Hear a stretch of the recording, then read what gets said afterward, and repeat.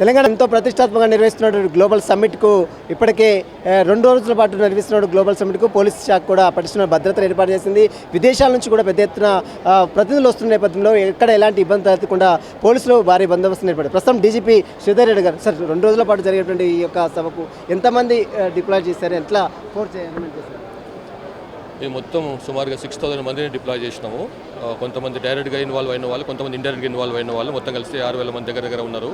దీన్ని మొత్తం లాస్ట్ ఈ అనౌన్స్ అయినప్పటి నుంచి కూడా ఈ ఏరియాను మన అధీనంలోకి తీసుకొని ఇక్కడ ఒక సపరేట్గా ట్రాఫిక్ కోసం అని చెప్పి, ఏర్పాట్ల కోసం అని చెప్పి, తర్వాత ఇక్కడే ఈ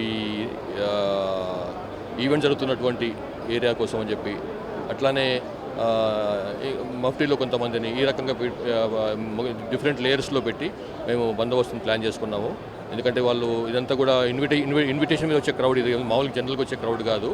ఇక్కడ వచ్చేటువంటి వాళ్ళందరూ కూడా ఇన్విటేషన్ పైన వచ్చేవాళ్ళు కాబట్టి వాళ్ళకి తగినట్టుగా మన బందోబస్తు ఉండాలి. మామూలుగా ఏదో రొటీన్గా చేసినట్టు చేయకూడదు కాబట్టి అట్లా మా వాళ్ళకు కూడా ట్రైనింగ్ ఇచ్చినాము. మాట తీరులో కానీ, తర్వాత వాళ్ళతో బిహేవియర్ ఎట్లా చేయాలి, కండక్ట్ ఎట్లా ఉండాలి వాళ్ళతోని, వచ్చిన ఈ గెస్ట్తోని. సో ఇవన్నీ కూడా ప్లాన్ చేసుకొని లాస్ట్ ఒక 8-10 డేస్ నుంచి పూర్తి స్థాయిలో ఇక్కడ డిప్లాయ్ చేసినాము. అడిషనల్ డీజీ ర్యాంక్ నుంచి కింది స్థాయి ర్యాంక్ వరకు ఇక్కడ అందరూ ఇన్వాల్వ్ అయిపోయినారు. ఇక్కడ ఒక మెయిన్ కాన్ఫరెన్స్ హాలే కాకుండా బ్రేక్అవుట్ సెషన్స్ అయ్యేటువంటి ఉన్నాయి. తర్వాత లంచ్ డిన్నర్ ఏర్పాటు చేసే ఏరియా వేరే ఉన్నవి. వీటన్నిటికి సపరేట్ బందోబస్తు స్కీమ్స్ వేసుకుని దీన్ని ప్లాన్ చేసుకుని చేసినాం. విదేశాల నుంచి కూడా చాలా మంది పారిశ్రామికవేత్తలు వివిఐపీలో వచ్చారు. వారి కోసం ఎట్లా అరేంజ్మెంట్ చేశారు? అది వాళ్ళు ఎయిర్పోర్ట్లో దిగినప్పటి నుంచి వాళ్ళకు ఉండేటువంటి హోటల్స్ ఎక్కడైతే అకామిడేషన్ పెట్టినరో అక్కడ వరకు, అక్కడ నుంచి మళ్ళీ ఇక్కడికి ఇక్కడ ఈ ఈవెంట్ ప్లేస్కి తీసుకురావటము, ఇక్కడ నుంచి మళ్ళీ వాపసు వాళ్ళ అకామిడేషన్ ప్లేస్ తీసుకుపోవటం, ఇవన్నీ కూడా ఒక్కొక్క గెస్ట్కి సపరేట్గా ఒక టీం పెట్టి వాళ్ళతో పాటుగా ఈ ఈవెంట్ చేస్తున్నట్టు వాళ్ళతో కోఆర్డినేట్ చేసుకొని ప్లాన్ చేసినాం. సామాన్య ప్రజలకు కూడా అనుమతి ఉందని చెప్తున్నారు. ఎప్పటి నుంచి ఎప్పటి వరకు ఉంది సార్? రేపటి నుంచి 10th నుంచి 10th, 11th, 12th, 13th 4 రోజులు సామాన్య ప్రజలు కూడా రావచ్చు, జనరల్ పబ్లిక్ కూడా రావచ్చు ఇక్కడికి.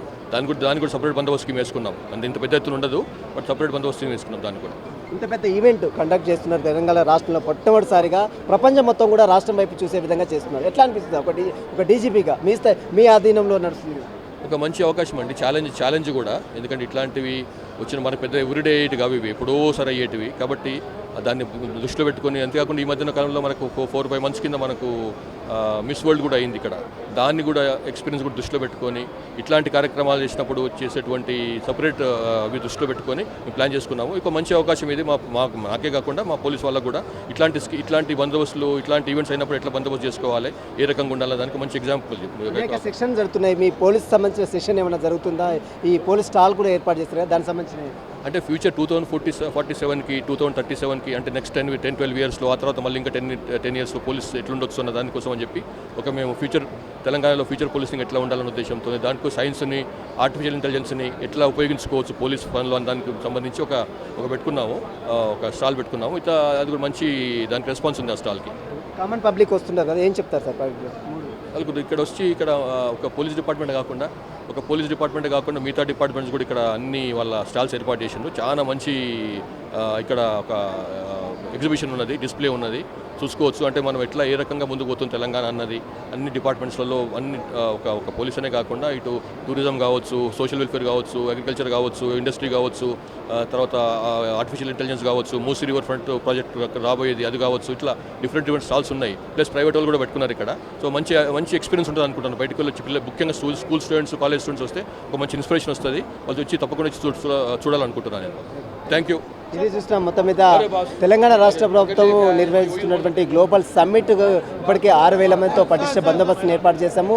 విదేశాల నుంచి వస్తున్నటువంటి ప్రతినిధుల కోసము సపరేట్ ఒక అధికారిని సైతం అరేంజ్ చేసి వారికి ఎక్కడ ఎలాంటి ఇబ్బందులు తలెత్తకుండా చూస్తున్నాము. ఇక ట్రాఫిక్ సమస్యలు కూడా ఇబ్బందులు తలెత్తకుండా సపరేట్ అరేంజ్మెంట్స్ కూడా చేశాము. ప్రజలందరూ కూడా రేపటి నుంచి వారందరూ కూడా కామన్ పబ్లిక్ అందరూ కూడా గ్లోబల్ సమ్మిట్ జరిగేటువంటి ప్లేస్కి విజిట్ అవకాశం ఉంది కాబట్టి ఖచ్చితంగా రేపటి నుంచి 3 రోజుల పాటు జరిగేటువంటి ఈ యొక్క కామన్ పబ్లిక్ విజిటింగ్లో ప్రశాంతంగా వచ్చి చూసి తెలంగాణ రాష్ట్రం భవిష్యత్తు ఏ విధంగా ఉండబోతుందనే దానిపై కూడా ఒక ఎగ్జిబిషన్ ఏర్పాటు చేస్తారు కాబట్టి దాని ద్వారా ప్రజలందరూ కూడా తెలుసుకోవాలంటూ కూడా తెలంగాణ డీజీపీ శ్రీధర్ రెడ్డి చెప్తున్న పరిస్థితి. విడిజిన్స్ భరత్తో సునీల్, రాజ్ న్యూస్, హైదరాబాద్.